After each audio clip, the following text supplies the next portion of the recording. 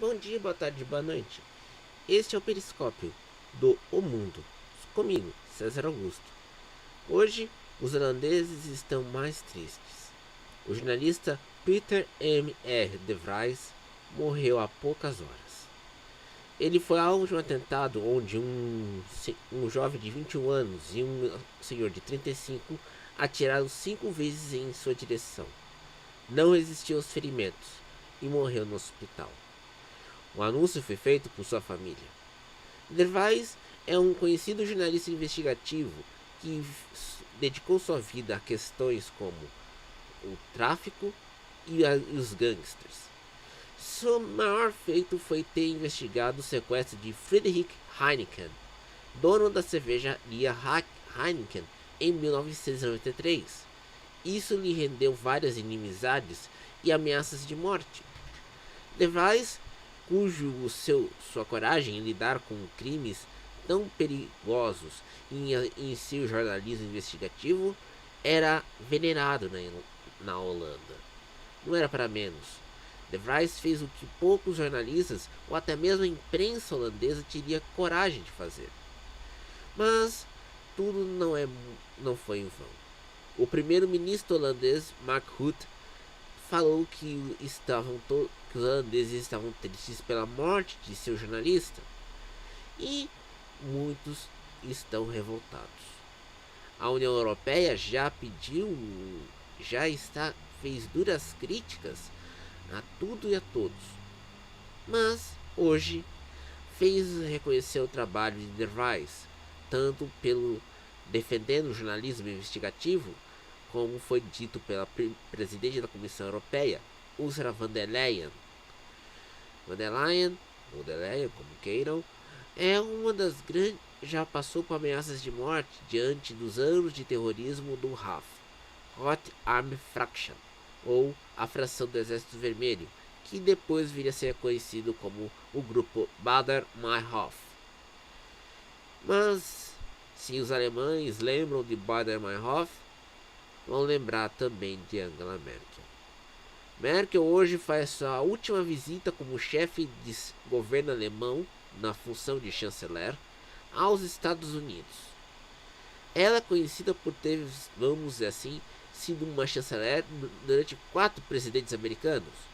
Ela foi chanceler em 2005 com George W. Bush, passou os 8 anos de Barack Obama, os 4 anos tumultuados de Donald Trump e agora o começo do mandato de Joe Biden. Merkel está há 16 anos no cargo de primeira de chanceler alemã, o que é um recorde na Alemanha unificada, contando os tempos de Helmut Kohl, que ficou 8 anos como chanceler federal na então Alemanha Ocidental e chanceler federal por 8 anos na Alemanha unificada, e os quase 8 anos de Gerhard Schröder. Merkel está se despedindo na cena internacional, sendo uma líder longeva e ainda assim influente na Europa. Ao lidar, por exemplo, com Vladimir Putin, sendo a única líder ocidental onde, vamos dizer assim, o presidente russo vê com respeito e tem que lidar com as circunstâncias da política francesa. Exatamente. Merkel, quando chegou ao poder, tinha que lidar com Jacques Chirac. Depois, Nicolas Sarkozy. Em 2012, François Hollande, que teve o seu voo a Berlim abortado por causa de um raio que caiu num avião e teve que trocar de avião e chegou atrasado num voo em Berlim. E agora, Emmanuel Macron. Mas Merkel resistindo ao poder na Alemanha mostra vamos dizer assim, a resistência do sistema político alemão. Os alemães nunca elegeram um partido que tivesse mais de 50% das cadeiras do Bundestag, no Parlamento Federal, e sempre preferiram coalizões entre um partido grande e, que na linguagem política britânica, o Junior Partner, ou seja, um partido pequeno que compõe a maioria. Merkel conseguiu fazer 2 vezes a grande coalizão com os sociais-democratas, sendo ela como chefe de Estado. A figura dela era respeitada pelo SPD, tanto nas vezes onde teve que enfrentar seus adversários, como candidatos como Frank-Walter Steinmeier que agora é presidente da República, Piers Steinbrück, Sigmar Gabriel e agora Olaf Scholz, que é seu ministro das Finanças. Mas para os alemães, Merkel mostra uma resistência enorme, tanto que é chamada de Mutti, que em alemão significa mãe. Praticamente, ela é a mãe da Alemanha moderna pós 1990, tal como o pai da Alemanha, que foi Helmut Kohl. Mas as coisas não mudam na Alemanha tanto. Agora, por exemplo, no Brasil, todos estão discutindo a questão da saúde do despresidente. O despresidente está internado em um hospital em São Paulo, onde está passando por exames para a desobstrução de seu sistema intestinal. O que às vezes, na questão da necropolítica, como foi dita por um filósofo camaronês, ou por nossos articulistas de jornais importantes, nós estamos lidando com outro momento que não sabemos como fazer. Não queremos que o presidente morra, mas desejamos sua pronta recuperação.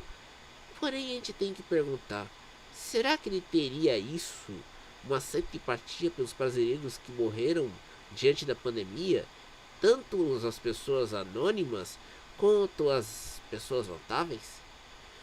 Todas essas indicações mostram que serão muito complicadas para o despresidente lidar.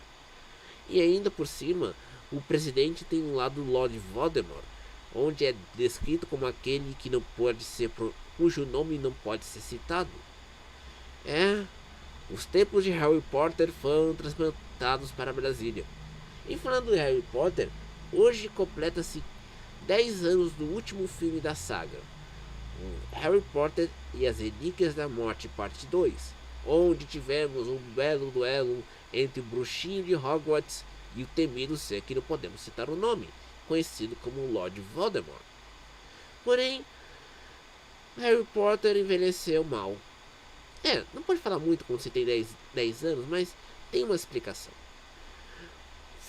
A franquia que ia, vamos dizer assim, explicar a origem de Hogwarts, como vamos dizer assim, os animais fantásticos e onde habitam, não está indo muito bem das pernas.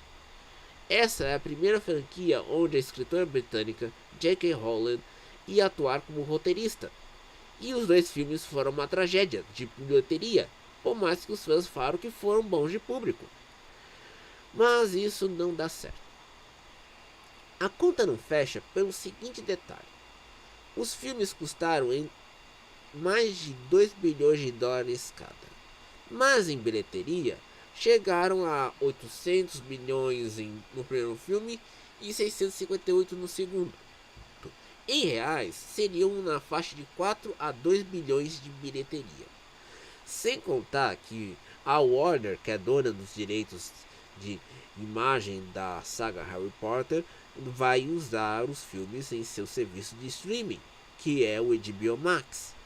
Porém, os filmes da primeira saga de Harry Potter, onde vemos Daniel Radcliffe interpretando o bruxinho de Hogwarts, dá mais audiência do que os filmes atuais dos Animais Fantásticos, tanto por causa do problema de não revelar a homossexualidade de Alvin Dumbledore, ou não falar sobre questões contemporâneas no microcosmo da questão Harry Potter, dos Potterheads. Bem, eu vou contar uma história que aconteceu comigo. Eu sempre fui contra o Harry Potter, mesmo gostando dos filmes, mas não entendia a idolatria dos fãs por achar um romance um tanto quanto infantiloide. Eu falo isso como sem menor dúvida. Mas o que acontecia em 2004 era que todo mundo queria saber o que aconteceu com o bruxinho. Porém, quando J.K. Rowling lançou o último livro de Harry Potter e as Relíquias da Morte em 2007, o mundo era outro. Era a era que a troca de poder entre Tony Blair e Gordon Brown em Westminster. E Gordon Brown lia os livros de Harry Potter para seus filhos, que eram pequenos naquela oportunidade quando estava em Downing Street. Bem, 2007, último ano do livro do Harry Potter. Uma amiga minha, que era fã do livro e que nós tivemos várias músicas quando estudamos juntos no instituto, tinha sua mãe como minha professora de informática. Ela me encontrou A professora me encontrou comigo no corredor e me perguntou sobre a questão do livro, se era muito violento por causa da repercussão na imprensa. Bem, eu não li o livro, mas naquela época não se inventou o termo spoiler, mas os jornais indicavam que havia uma morte nos trechos finais do livro. E eu falei isso para ela. Resultado, a minha amiga comprou o livro e a mãe dela ficou preocupada que ela está gastando com besteira. Hoje ela é uma senhora muito responsável, mãe de uma criança, e espero que deve estar falando muito sobre os Potterheads. Porém, todos estavam preocupados naquela época, porque Harry Potter não é um livro qualquer. Muitos indicam que Harry Potter iniciou o hábito de leitura nas crianças nos anos 2000. Muitos por causa do livro ser grande e com várias páginas. Não se sabe ao certo, mas era mais de 700 páginas por cada exemplar. Bem, quando Harry Potter foi publicado no Reino Unido em 1997, após J.K. Rowling receber vários nãos de várias editoras, viu-se que era uma mina de ouro. Tanto por uma história de um bruxinho que tem problemas com seus familiares e cujos pais foram mortos pelo aquele ser que não pode ser citado, que na verdade é o Lord Voldemort, todos ficavam encantados quando viam aquele chapéu dizendo qual casta da escola um cara ia ficar, Sonserina ou Grifinória. Bem, eu vi os filmes, então eu decorei isso. Porém, nem tudo era flores. No ano passado, J.K. Rowling fez duras críticas às mulheres transexuais, e isso rendeu-lhe uma bela onda de cancelamentos. As declarações de J.K. Rowling sobre a transexualidade foram comparadas àquelas palavras mágicas do discurso do imperador Hirohito quando o Japão perdeu a guerra para os Estados Unidos no Pacífico em 1945, onde dizia que ele não era mais divindade do herdeiro do deus Sol, que era comum na monarquia, no trono de Crisântemo, que é a monarquia japonesa. Porém, quando ele falou isso, o Japão estava em pedaços. O imperador estava perdido. E os americanos tinham que reconstruir o país após despejarem 2 bombas atômicas nas cidades de Hiroshima e Nagasaki, forçando a rendição japonesa. As bombas atômicas eram conhecidas como os projetos Manhattan, por causa do pedido de adorável ser Albert Einstein para que os americanos desenvolvessem bombas atômicas diante do medo que tal tecnologia caísse nas mãos dos nazistas. Pois bem, quando teve o discurso do Deus Sol em 1945 pelo rádio, onde pela primeira vez os japoneses poderiam ouvir a voz de seu imperador, os fãs de Harry Potter não sabiam lidar com tais verdades abruptas e inconvenientes de J.K. Rowling sobre os transexuais, já que alegavam que a Harry Potter ensinava muito sobre questão de homossexualidade pelo fato de Alvo Dumbledore ser um cara que não tinha tantos problemas como assumir que era gay. Mas a bomba caiu e várias pessoas começaram a tratar mal de J.K. Rowling.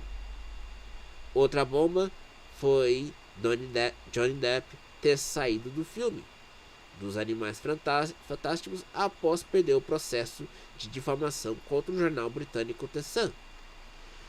Bem, acho que Johnny Depp não deveria estar muito bem naquela versão de ficar sendo um vilão de Dumbledore.